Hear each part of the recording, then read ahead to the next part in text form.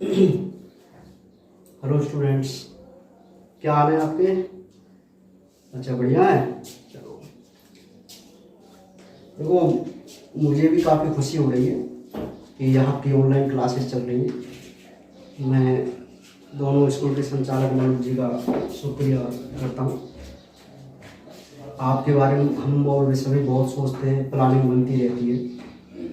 अच्छा, हाँ, चलो, तो जैसा कि आपको पता है, हाँ, कि अपने टॉपिक पर ही आ जाते हैं और बाकी बातें तो आप सभी जानती ही हैं। हाँ, ठीक है, चलिए। तो बिल्कुल मन लगा के आपको पढ़ना है। सारे टॉपिक क्रम वाइज आपके चलते रहेंगे, सभी क्लास होंगे, सभी सब्जेक्ट जो भी है। अच्छा, तो देखिए, बायोलॉजी में दो पार्ट हैं, आप सभी को पता है। एक तो बॉटनी और एक हमारी जूलॉजी यानी कि जंतु विज्ञान। ठीक है भाई। तो बॉटनी में जो मैंने आपको चैप्टर करा दिए हैं वो 6 चैप्टर करा चुके हैं। ठीक है। अच्छा, अब जो हमारी जूलॉजी है, जूलॉजी में जो चैप्टर है वो बहुत इंटरेस्टिंग है। मतलब इंटरेस्टिंग तो बॉटनी भी है, पर उससे भी कहीं ज़्यादा इंटरेस्टिंग जूलॉजी होती है। ठीक है, क्योंकि वो हमारे बारे में होती है, इसको इसलिए आप सभी को इंटरेस्ट उसमें ज़्यादा आता है ना। हाँ, वैसे सिंपल बॉटनी होती है, सरल है, बहुत अच्छी। चलिए, तो मैं आपको बात बता दूं कि जूलॉजी में हमारे 22 चैप्टर हैं। टोटल जो हमारी बुक है उसमें 42 चैप्टर हैं। 42 में से जो हमारे 22 चैप्टर हैं वो जूलॉजी के हैं। ठीक है, और 20 चैप्टर हमारी बॉटनी है। तो मैं जो आपको टॉपिक कराऊंगा, ऑनलाइन जो स्टडी हमारी चल रही है क्लासेस, इसमें मैं जूलॉजी को ले रहा हूँ। ठीक है, क्योंकि बहुत ही इंटरेस्टिंग है, आपको इसमें मन भी लगा रहेगा। ठीक है, तो देखिए,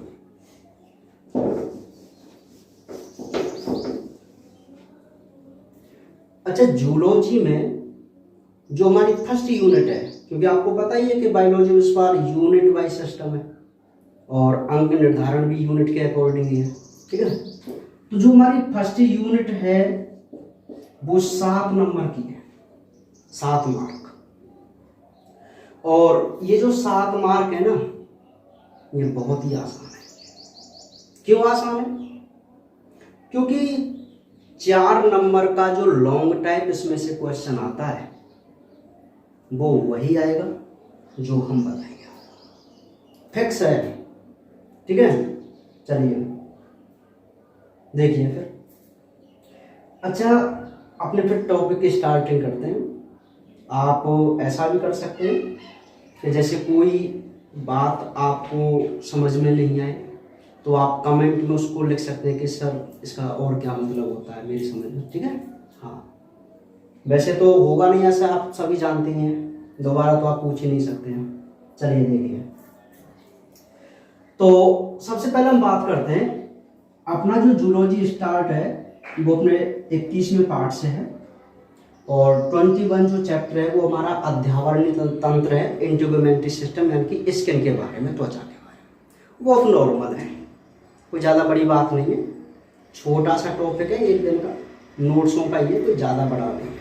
ठीक है, तो अपना जो मेन चैप्टर है वो है हमारा 22।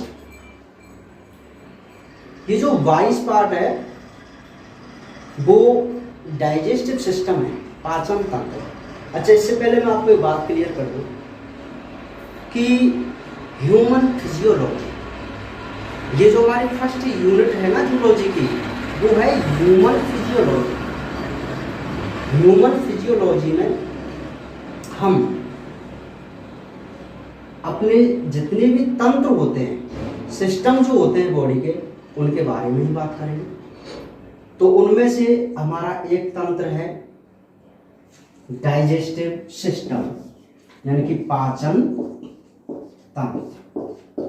ठीक है, तो हम जो बात करेंगे केवल पाचन तंत्र के बारे में बात करेंगे, डाइजेस्टिव सिस्टम के बारे में बात करेंगे।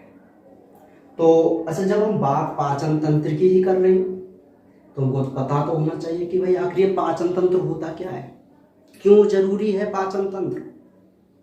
तो सुनिए, देखो हम कई बार कहते हैं कि भाई भूख लग रही है, भूख लग रही है। अरे ये भूख लगना एक स्वाभाविक क्रिया है। स्वाभाविक कैसे? कि हमारे कोशिका का जो माइटोकॉन्ड्रिया होता है, आप सभी जानते हैं माइटोकॉन्ड्रिया के बारे में, पावर हाउस ऑफ सेल बोलते हैं। तो माइटोकॉन्ड्रिया का एक फंक्शन होता है, वो ग्लूकोज को ऑक्सीडाइज कर हमारे लिए ऊर्जा बनाता है, ऊर्जा। और वही ऊर्जा हमारे शरीर के कार्य करने के लिए काम आती है। जैसे ही कोशिका के पास, माइटोकॉन्ड्रिया के पास ग्लूकोज की आपूर्ति कम हो जाती है, ग्लूकोज की आपूर्ति कम हो जाती है, तो होता क्या है, कोशिका डिमांड करती है कि आई वांट ग्लूकोज। अब आप ग्लूकोज कहां से लेंगे? हमको पता है कि जब हम भोजन करते हैं ना, तो भोजन के 3 मुख्य कंपोनेंट होते हैं। यू नो वेल, कार्बोहाइड्रेट, वसा, प्रोटीन। ये 3 हमारे भोजन के मुख्य घटक होते हैं। और इनमें जो कार्बोहाइड्रेट होता है, उससे हमें मुख्य रूप से प्राप्त होता है ग्लूकोज। मैं ये कहूं सिंपल भाषा में, कार्बोहाइड्रेट एक जटिल पदार्थ है जिसको हमारी बॉडी के एंजाइम्स तोड़कर ग्लूकोज में चेंज कर देते हैं। तो इस ग्लूकोज की जो प्राप्ति हो रही है हमको, वो ओवरऑल किससे हो रही है? भोजन से। अरे जब कोशिका के पास ग्लूकोज ही नहीं है, तो कोशिका तो कहती है कि आई वांट ग्लूकोज। हम क्या करते हैं, फिर हम सोचते हैं कि यार कुछ खाना खाया जाए। फिर हम कहते हैं मुझे तो भूख लग रही है। तो वो भूख लगना वहां से रिलेटेड है कि जब आपकी कोशिका के माइटोकॉन्ड्रिया के पास ग्लूकोज की कमी हो जाती है, तो हमारी पूरी कोशिका डिमांड करती है ग्लूकोज चाहिए। तो उसी ग्लूकोज की पूर्ति करने के लिए हमें कुछ खाना पड़ता है, और उसी को हम क्या कहते हैं कि मुझे भूख लग रही है। ठीक है, तो ये बात है भाई कि आखिर हमको भूख क्यों लगती है। चलिए, तो जब हम आ गए अपने टॉपिक पाचन तंत्र पे, तो सबसे पहले हम बात कर लेते हैं कि आखिर पाचन क्या होता है, डाइजेशन क्या होता है। तो एक बहुत सिंपल सी परिभाषा मैं आपको बता देता हूँ पाचन के बारे में। पाचन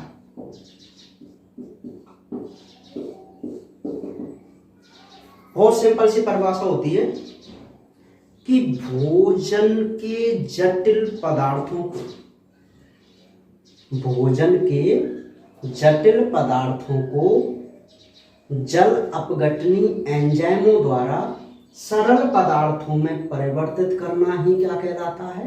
पाचन कहलाता है। बहुत सिंपल सी परिभाषा है कि जो भोजन में जटिल पदार्थ होते हैं, उन जटिल पदार्थों को अगर हम सरल पदार्थों में एंजाइम्स की सहायता से परिवर्तित कर देते हैं, तो उसी घटना को हम क्या कहते हैं? पाचन कहते हैं। ये बहुत छोटी सी परिभाषा है कि आखिर पाचन क्या है। क्लियर? अच्छा, जब हमने बात पाचन की परिभाषा की कर ली है, तो फिर मैं आपको नेक्स्ट हम चलते हैं। तो इसमें मुख्य रूप से जो हमारा पूरा डाइजेस्टिव सिस्टम है, इसमें एक ही मुख्य टॉपिक है, और वो टॉपिक है आहार नाल, एलिमेंट्री कैनाल। ये आपको ध्यान में रखना है, आहार नाल। आहार नाल यानी कि एलिमेंट्री कैनाल। अगर हम पूरे पाचन तंत्र की बात करें, तो पूरे पाचन तंत्र में यही इंक्लूड होती है जिसको हम एलिमेंट्री कैनाल बोलते हैं, आहार नाल बोलते हैं। यही से क्वेश्चन बनते हैं। क्वेश्चन कैसे बनता है?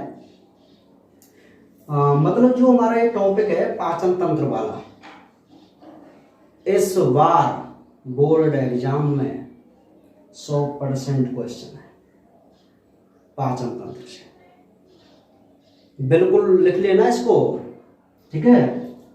अच्छा, आहार नाल, एलिमेंट्री कैनाल।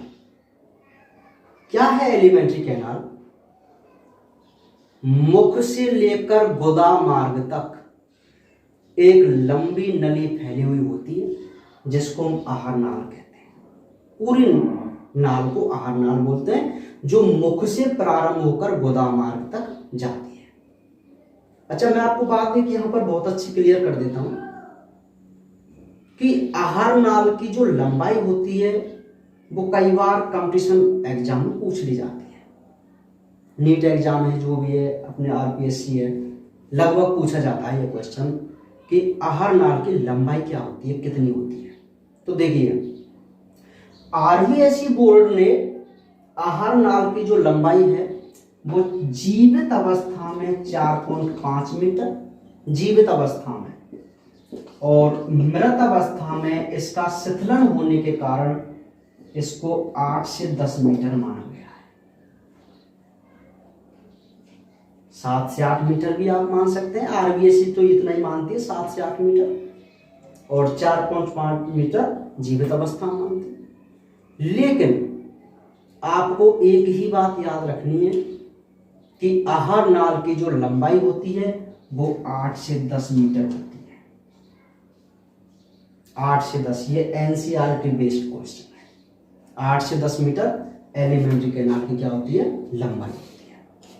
अच्छा, तो सबसे पहले अब हमारा एक क्वेश्चन यहीं से स्टार्ट हो गया। ये मान लीजिए आप एक क्वेश्चन पहला, क्योंकि मैं आपको बता चुका हूं इस यूनिट से एक लॉन्ग टाइप क्वेश्चन आएगा, निबंधात्मक क्वेश्चन 4 नंबर का। अब वो क्वेश्चन कैसे बन सकता है? पहला क्वेश्चन कि आहार नाल की संरचना को समझाइए। आहार नाल की संरचना, तो सबसे पहले अपने इसी क्वेश्चन को हल करते हैं कि भाई आहार नाल की संरचना कैसी, ठीक है। तो देखिए,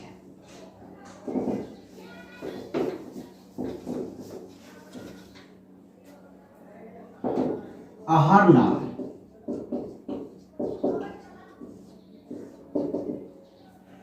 आहार नाल का निर्माण मुख्य रूप से 2 अंगों से होता है, या 2 भागों में हम इसको डिवाइड कर सकते हैं, अंगों को जितने भी इसमें शामिल होते हैं। पहला है मुख्य अंग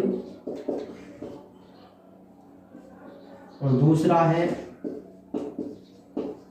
सहायक ग्रंथि।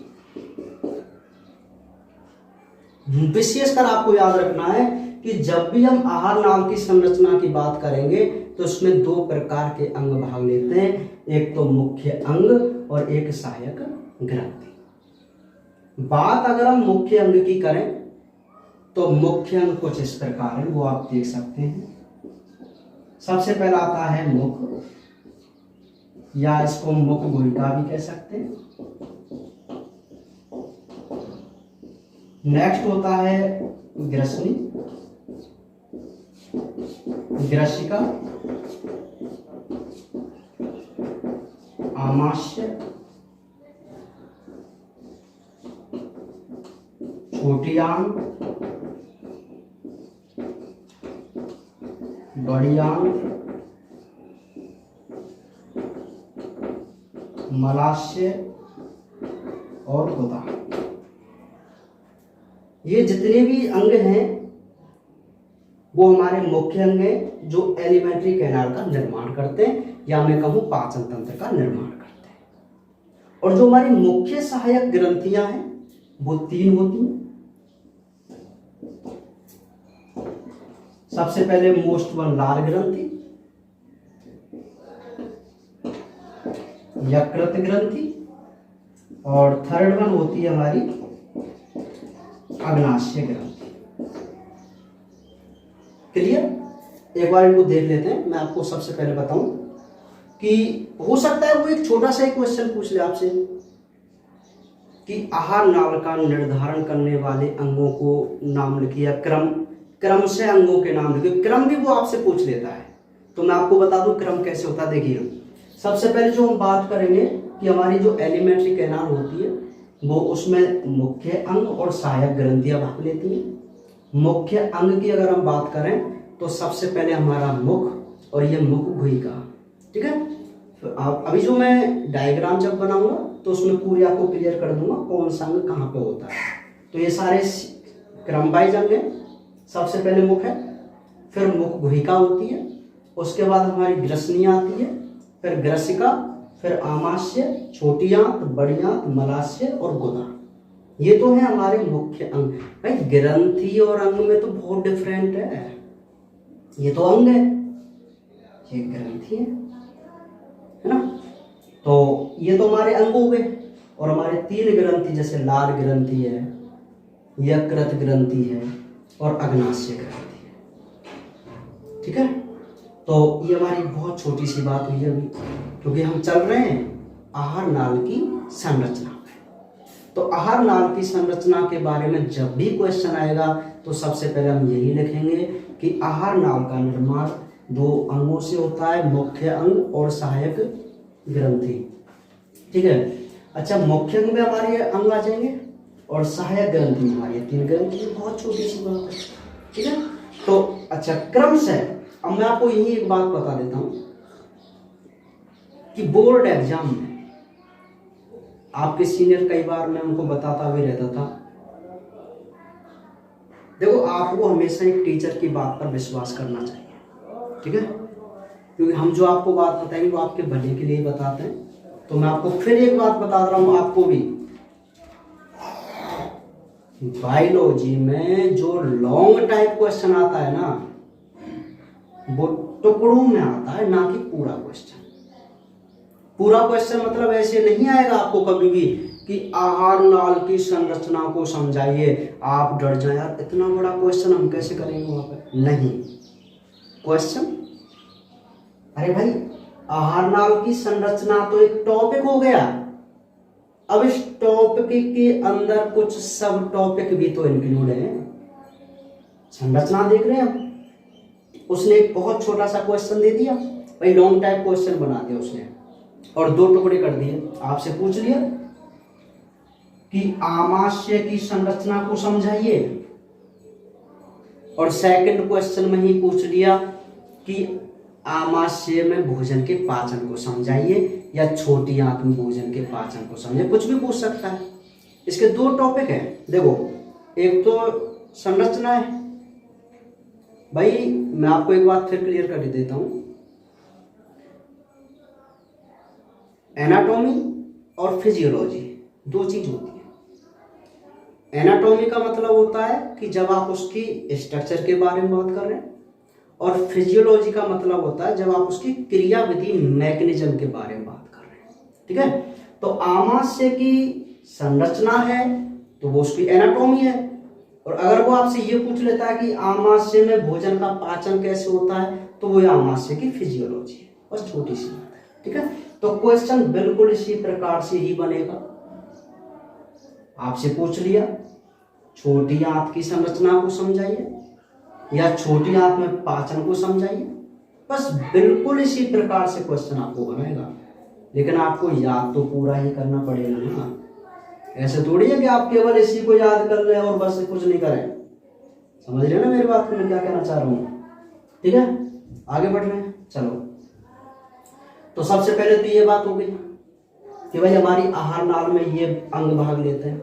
बहुत विशेष फोकस करना है आपको, और किताब और नोट्स आप ले सकते हैं, आपके अड़ोसी पड़ोसी हैं जो हम पहले पढ़ गए, आपके सीनियर जो है, ठीक है। हाँ, तो देखिए बहुत बेनिफिट मिलने वाला है आपको सभी क्लासों से।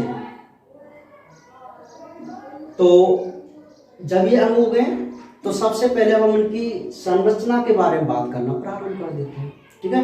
तो सबसे पहले किसका नंबर आएगा, मुख का आएगा भाई। तो सबसे पहले बात करते हैं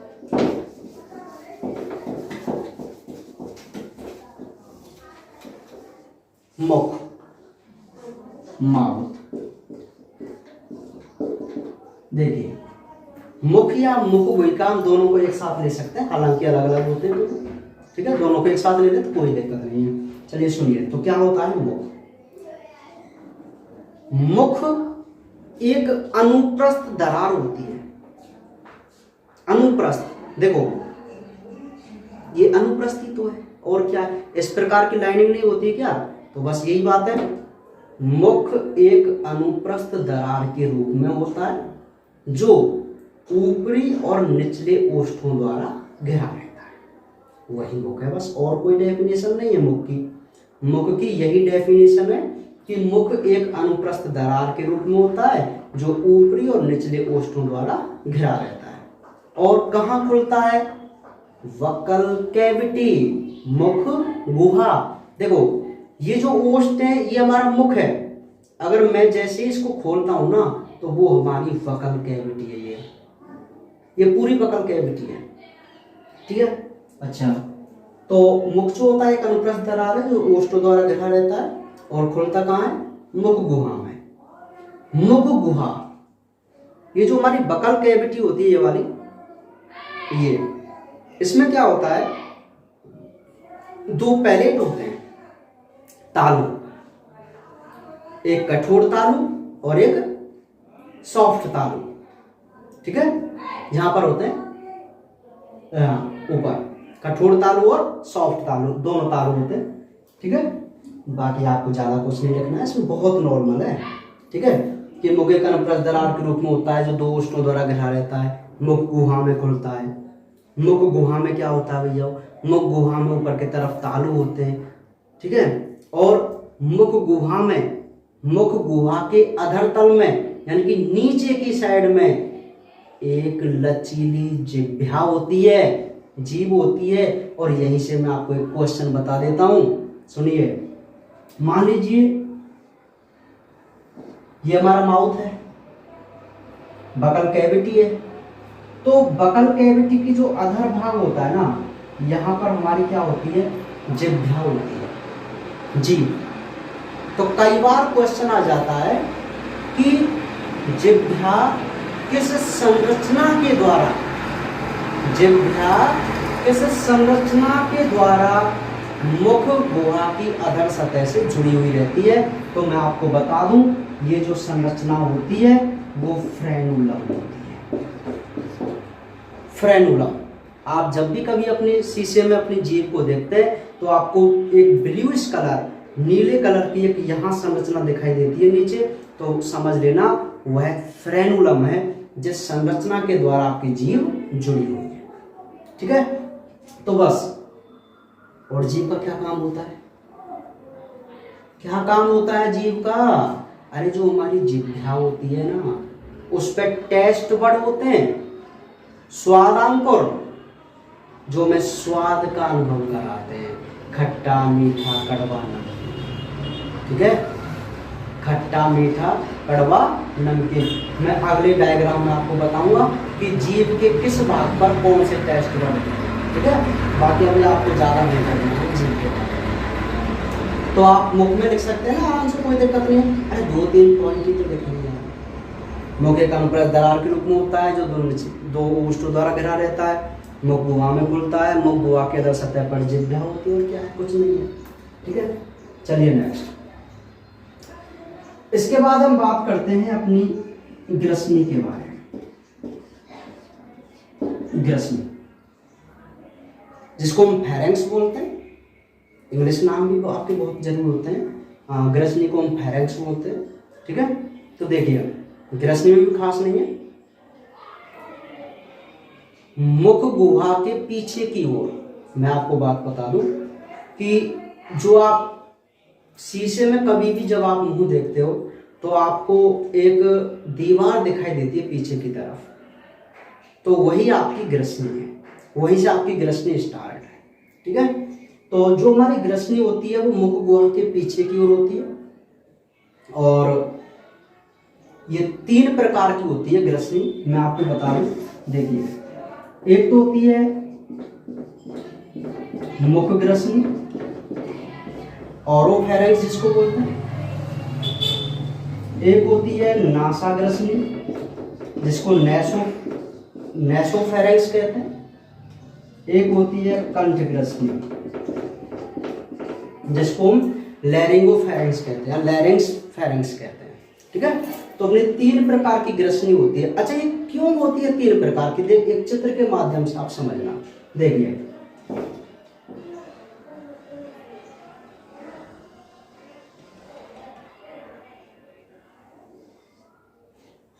अच्छा, ये जो पार्ट है, ये ऊपर वाला पार्ट होता है, ये निचला जबड़ा, ये मान लीजिए। अच्छा, यहाँ पे हमारी जिह्वा होती है। ठीक है, ये हमारी जीभ है। तो यहां से जो ये जा रहा है वो नासा मार्ग जा रहा है, नासा मार्ग।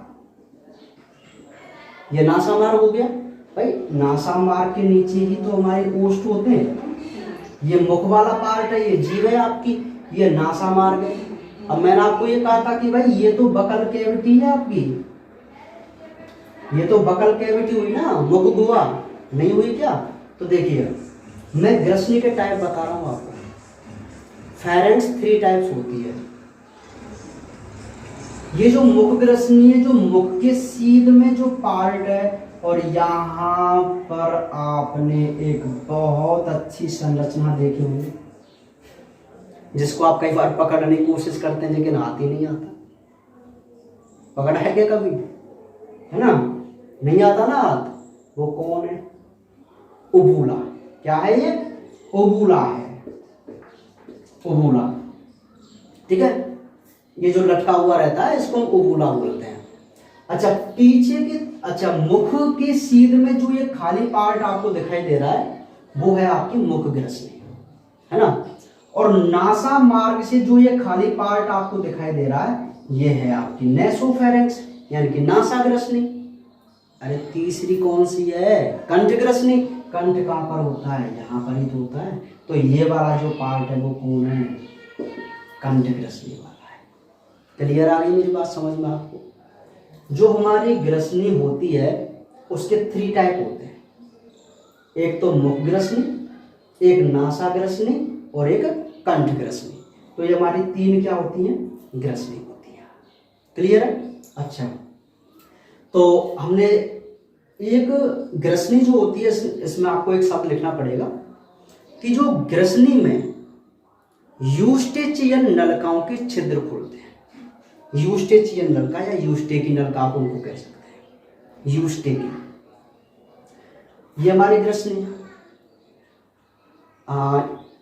ये आपको कान दिखाई दे रहे हैं। अच्छा, ग्रसनी भी तो यही तो होगी, नहीं है क्या?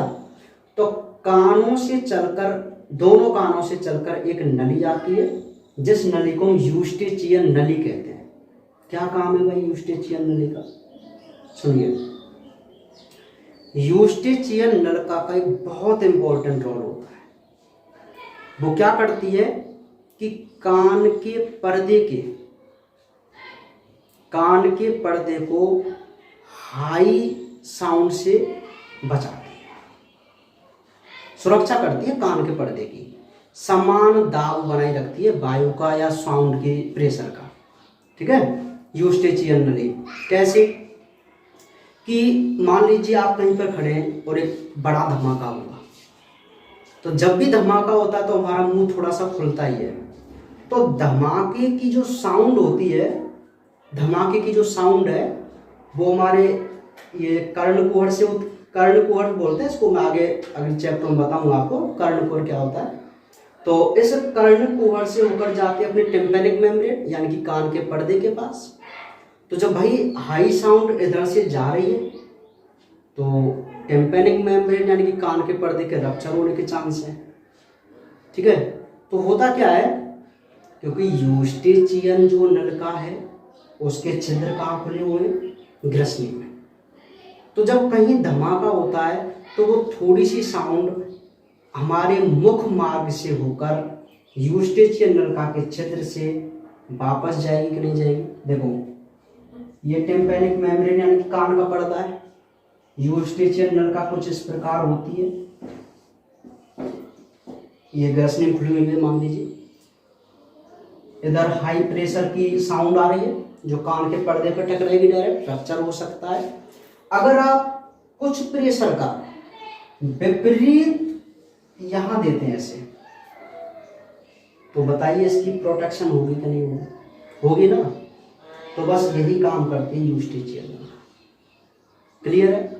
तो उस यूस्टेचियन नलिका के जो छिद्र हैं वो हमारी ग्रसनी में खुलते हैं।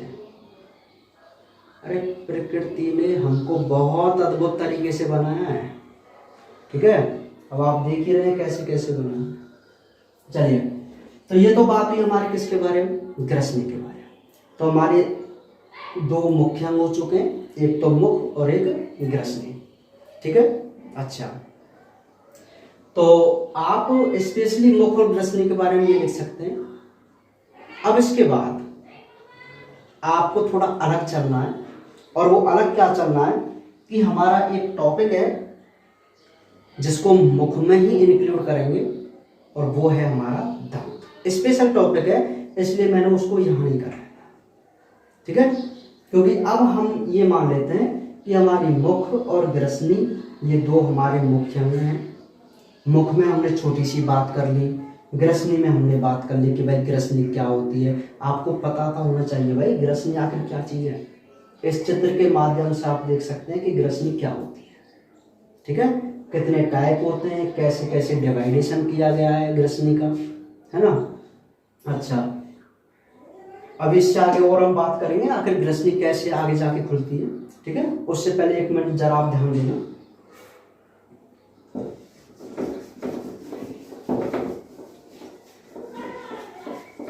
मुख में एक बहुत अच्छी संरचना होती है जिसको हम बोलते हैं दंत।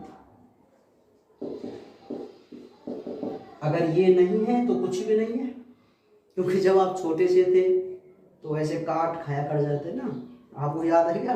हाँ, चलिए, छोड़ते भी नहीं थे, है ना। चलिए, तो दंत बहुत अच्छा क्वेश्चन, शायद सप्लीमेंट्री एग्जाम में भी दंत की संरचना पूछ चुके हैं। बोर्ड एग्जाम की बात कर रहा हूँ, सप्लीमेंट्री की, है ना। तो देखिए, दंत क्या होता है, एक एक नंबर के क्वेश्चन आ जाते हैं यहाँ से। हाँ, तो आपको समझना कि आखिर दांत क्या होते हैं, दंत क्या होते हैं। देखिए, सबसे पहले मैं आपको बता दूं कि जो हमारे दंत होते हैं वो एक कठोर संरचना होती है, और मनुष्य के जो दांत हैं, मनुष्य के, वो विषमदंती, गर्तदंती और द्विबार दंती होते हैं। पॉइंट नोट करना, मनुष्य के जो दंत होते हैं वो विषमदंती हेटेरोडोंट होते हैं, गर्तदंती और द्विबार दंती होते हैं। इनका मतलब क्या है तो मतलब देख लेते हैं। विषम दंतियम इसलिए है क्योंकि हमारे जो दांत हैं वो 4 प्रकार के होते हैं, अलग अलग प्रकार के दांत हैं। समदंती तो नहीं हो सकता ना, क्योंकि अलग अलग प्रकार के दांत हैं, तो हम क्या बोलेंगे फिर उनको? विषम दंती। गर्तदंती ये हमारे जबड़ों में धसे रहते हैं, मसूड़ों में, तो इसलिए हमको क्या बोल सकते हैं? गर्तदंती बोल सकते हैं।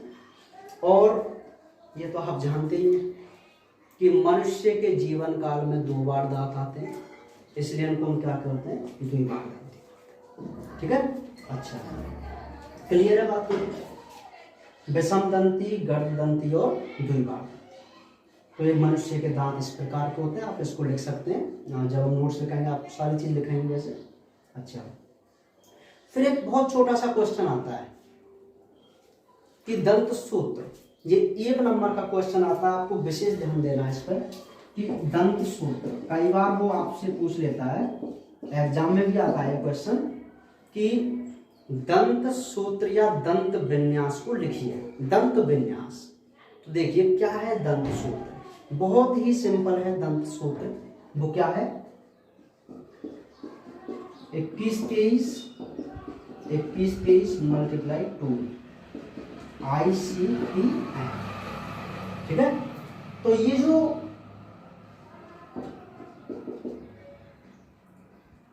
जो आपको दिखाई दे रहा है ये बहुत इंपॉर्टेंट है, जिसको हम क्या बोलते हैं? दंत सूत्र बोलते हैं। ये 1 नंबर का क्वेश्चन आता है। 1 नंबर पूछ लेता है कि दंत विन्यास को लिखिए या दंत सूत्र क्या है। ठीक है, तो आपको विशेष ध्यान देना है इस पर, दंत सूत्र पर। तो देखते हैं क्या है वह दंत सूत्र। आपको याद करना है 21-30/21-23 मल्टीप्लाई 2 और ICPM। ठीक है, तो मैं आपको अभी इसको विन्यासित करता हूँ, आप बहुत अच्छे तरीके से इसको समझने की कोशिश करना कि आखिर ये कैसे होते हैं। देखिए, ये ऊपर की जबड़ा है, ये निचला जबड़ा है ना। और हमारे जो दांत होते हैं ना वो 4 प्रकार के होते हैं, मैं आपको बता देता हूँ। पहला कृंतक, दूसरा रदनक, तीसरा होता है अग्रचर्वनक और चौथा होता है चर्वनक। ठीक है, क्लियर है।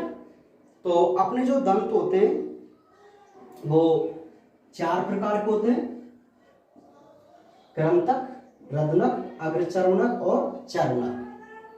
कृंतक जो दंत होते हैं, अच्छा मैंने यहाँ पे जो ICPM लिखा है इनका मैं आपको एक बार मतलब समझा देता हूं। I का मतलब होता है इंसाइजर,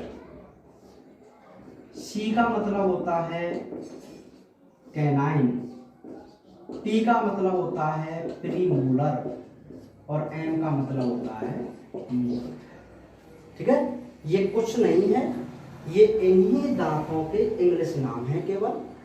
कृंतक जो दांत होते हैं उनको इंग्लिश में इंसाइजर बोलते हैं, रदनक जो दांत होते हैं उनको इंग्लिश में कैनाइन बोलते हैं, अग्रचर्वनक जो होते हैं उनको प्रीमोलर बोलते हैं और चर्वनक जो होते हैं उनको मोलर बोलते हैं। क्लियर है मेरी बात, समझ में आ गया आपको। हमारे जो दांत होते हैं वो कितने प्रकार के, 4 प्रकार के। कौन कौन से, कृंतक जिनको इंसाइजर बोला जाता है, रदनक जिनको कैनाइन बोला जाता है, अग्रचर्वनक जिनको प्रीमोलर कहते हैं, चर्वनक जिनको मोलर कहते हैं। ठीक है, तो ये हमारे 4 प्रकार के दांत होते हैं। मैं आपको एक बार लाइव बता देता हूँ, देखिए बिल्कुल बीचों बीच में आपको ये वाले जो दांत, ये वाले ये जो दिखाई देते हैं ना, ये आपके कृंतक दांत होते हैं, कृंतक जिनको हम इंसाइजर बोलते हैं। फिर आप इधर चलते जाइए, एक साइड ले सकते हैं आप कि ये हमारे कृंतक हैं, ये वाले। इधर जब हम जाएंगे तो जिनको हम मतलब मैं कहूँ ड्रैकुला वाले दांत, कीलरा जिनको बोलते हैं, ड्रैकुला वाला दांत मतलब बहुत नुकीले जो होते हैं, उनको बोलते हैं कैनाइन यानी कि रदनक। रदनक समझ में आ गई मेरी बात, पहचान लेंगे ना आप। कैनाइन तो वो हमारे सबसे सुंदर दांत होते हैं, कैनाइन कृंतक बिल्कुल बीचों बीच में 4 दांत आपको ऊपर और 4 दांत बिल्कुल नीचे आपको दिखाई देंगे। ठीक है, तो कृंतक इंसाइजर, रदनक कैनाइन जो हमारे नुकीले दांत होते हैं, एक दांत इधर मिलेगा नुकीला, एक दांत यहाँ मिलेगा आपको ना, ऊपर के जबड़े में 2 दांत मिलेंगे आपको, रदनक। बात करते हैं अग्रचर्वनक, यही है हमारी छोटी दाढ़, जिनको आप छोटी दाढ़ कहते हैं ना, छोटी दाढ़ बड़ी दाढ़ ना, तो वो अग्रचर्वनक यानी कि प्रीमोलर है, छोटी दाढ़। और बहुत अच्छा ये क्वेश्चन क्या कई बार कंपटीशन एग्जाम में पूछ लिया जाता है कि भाई हमारे जो दांत हैं वो द्विबार दंती हैं, द्विबार दंती दांत हैं। क्यों है द्विबार, क्योंकि एक बार आते हैं 20 दांत। मैं ये कहूँ कि छोटे बच्चों में कितने दंत होते हैं, 20 दंत होते हैं, और वयस्कों में 32 दंत होते हैं। तो मैं आपसे एक क्वेश्चन हल्का सा पूछ लूं कि उन दांतों की संख्या बताइए जो अपने मनुष्य के जीवन काल में 2 बार आते हैं। 20, अरे 20 दांत बच्चों में आए थे पहले, और 20 दांत यही वयस्कों में भी तो आएंगे।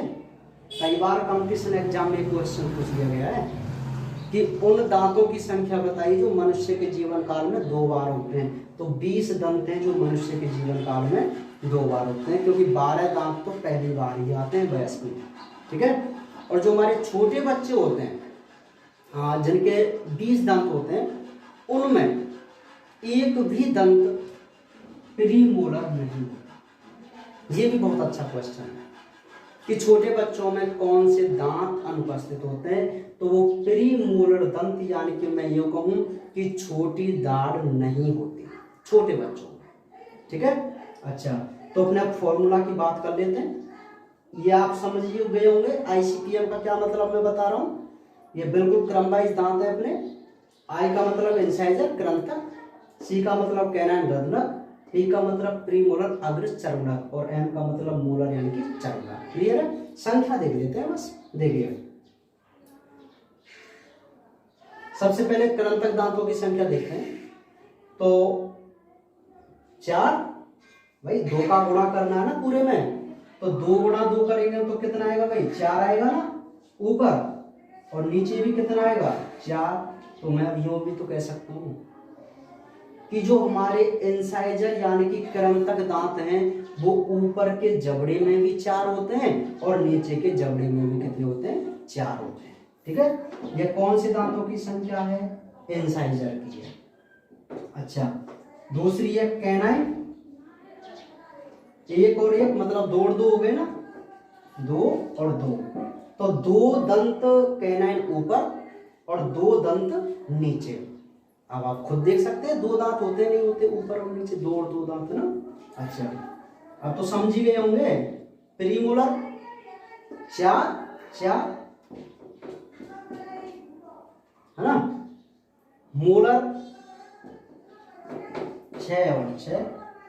ठीक है, काउंट कर सकते हैं 8, 12, 20, 32, टोटल कितने दंत हो गए, 32 दंत। अब हम बात संख्या की करें तो आप कह सकते हैं कि 8 दंत हमारे इंसाइजर होते हैं, 4 दंत हमारे कैनाइन होते हैं, 8 दंत हमारे प्रीमोलर होते हैं और 12 दंत हमारे मोलर होते हैं।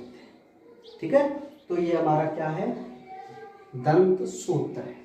क्लियर है आपको दंत सूत्र है ना, आराम से लिख सकते हैं ना भाई। 1 नंबर का क्वेश्चन आता है कि दंत सूत्र या दंत विन्यास को लिखिए, तो आपको तो बस छोटा सा लिखना है 21-23/21-23 × 2 ICPM। क्लियर है मेरी बात, और बाकी आप समझ ही गए होंगे ना ICPM का क्या मतलब है ना। दांत कितने प्रकार के, 4 प्रकार के, कृंतक, रद्नक, अग्रचर्वणक और चर्वणक। कृंतक दांतों का क्या कार्य भैया, भोजन को काटने का। अरे कभी भी जब आप किसी चीज को लेते हैं, मान लीजिए आप रोटी खा रहे हो, तो कभी आप ऐसे काटते हो कि यूं काटते हैं ऐसे। कौन से दांत काम आ रहे हैं भोजन को काटने के, कृंतक ही दांत हैं।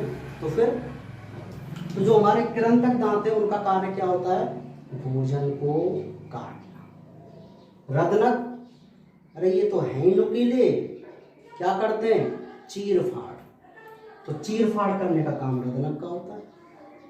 और फिर हमारे जो अग्र चर्वणक है, आपको नहीं पता कि आप इनसे क्या खा लेते हो, चबाते हैं भोजन को। ठीक है, रोटी का जो टुकड़ा होता है उसको काटते तो यहाँ से है, और जाती कहाँ है वो, यहाँ, किसके लिए, ग्राइंडिंग, चुइंग, चबाने के लिए। क्लियर है, अच्छा, तो आपको मेरी बात समझ में आ गई दंत के बारे में, मैं क्या बता रहा हूँ दंत के बारे में। अभी मैंने दंत के बारे में केवल आपको यही बात बताई है कि जो दंत होते हैं, मनुष्य के जो दंत होते हैं वो गर्ददंती होते हैं, विषमदंती होते हैं और द्विबाणदंती होते हैं। और फिर दंत फॉर्मूला 21-23/21-23 × 2 ICPM। क्लियर है मेरी बात, रफ करें, चलिए।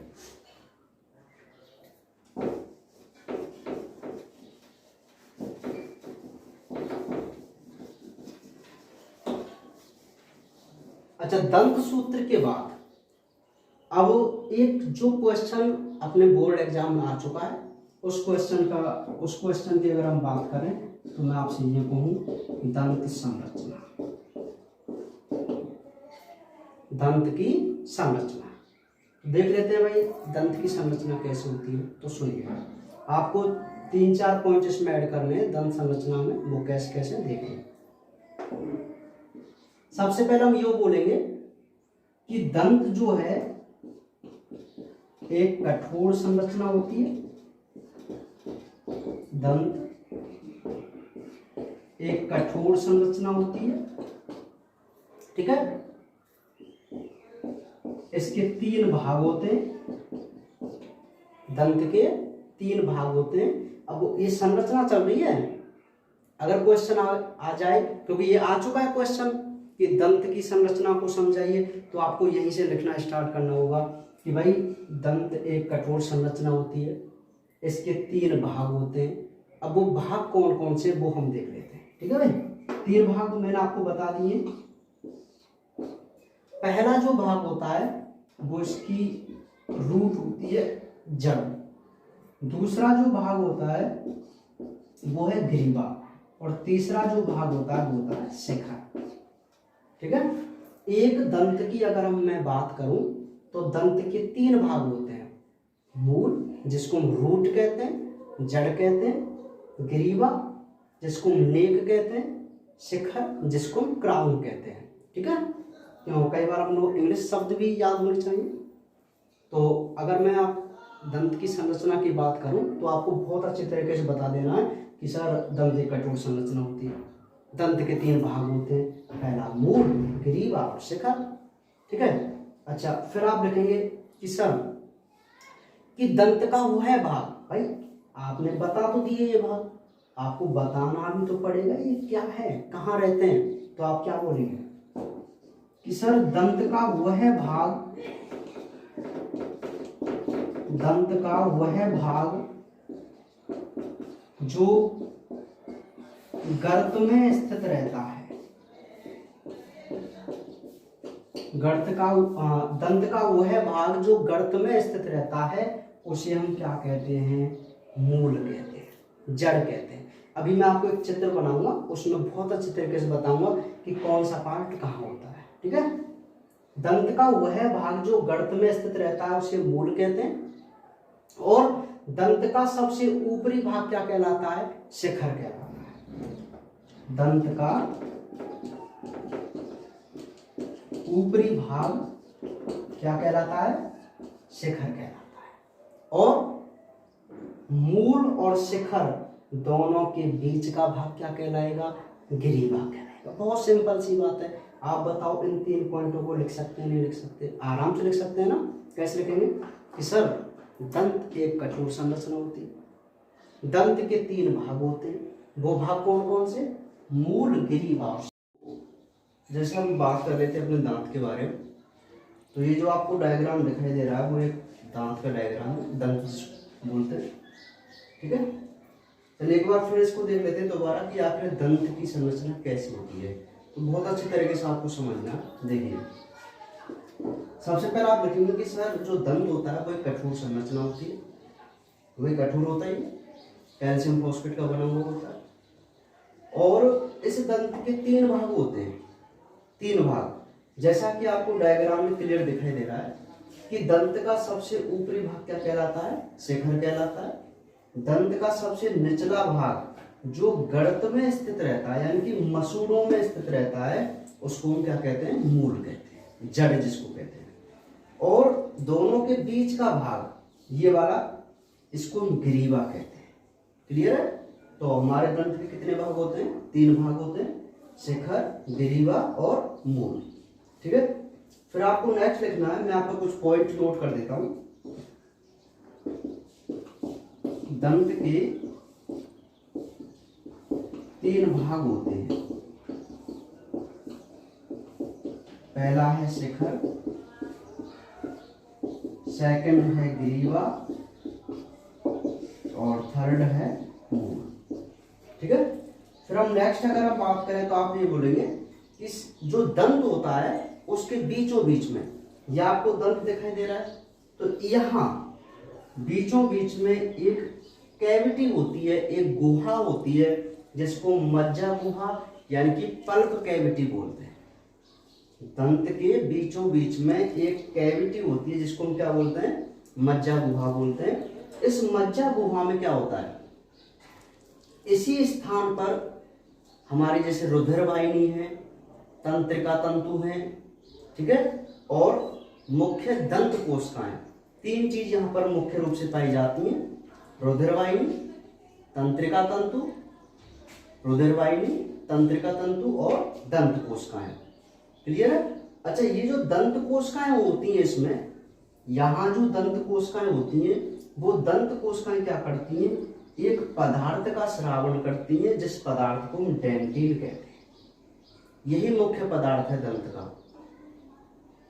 पल्प कैविटी में जो दंत कोशिकाएं प्रेजेंट हैं वो दंत कोशिकाएं क्या करती हैं, डेंटिन का स्रावन करती हैं और इसी डेंटिन से हमारे दंत का क्या होता है, निर्माण होता है। क्लियर है बात? कैसे लिखेंगे आप इस पॉइंट को कि जो हमारा दंत होता है, दंत के बीच भाग में एक कैविटी होती है जिसको हम क्या बोलते हैं, मज्जा गुहा बोलते हैं। ठीक है, दंत के बीच में कैविटी होती है जिसको मज्जा गुहा बोलते हैं। ये जो मज्जा गुहा होती है इसमें हमारी रुधिर वाहिनी, तंत्रिका तंतु और दंत कोशिकाएं प्रेजेंट होती हैं। क्लियर है वो? अच्छा, इसके बाद इसमें नीचे की तरफ मैं बोलूं कि जड़ में एक छिद्र होता है, ये वाला, ये आपको दिखाई दे रहा है, मूल रंध्र। इस छिद्र को हम मूल रंध्र बोलते हैं, एपिकल पोर बोलते हैं।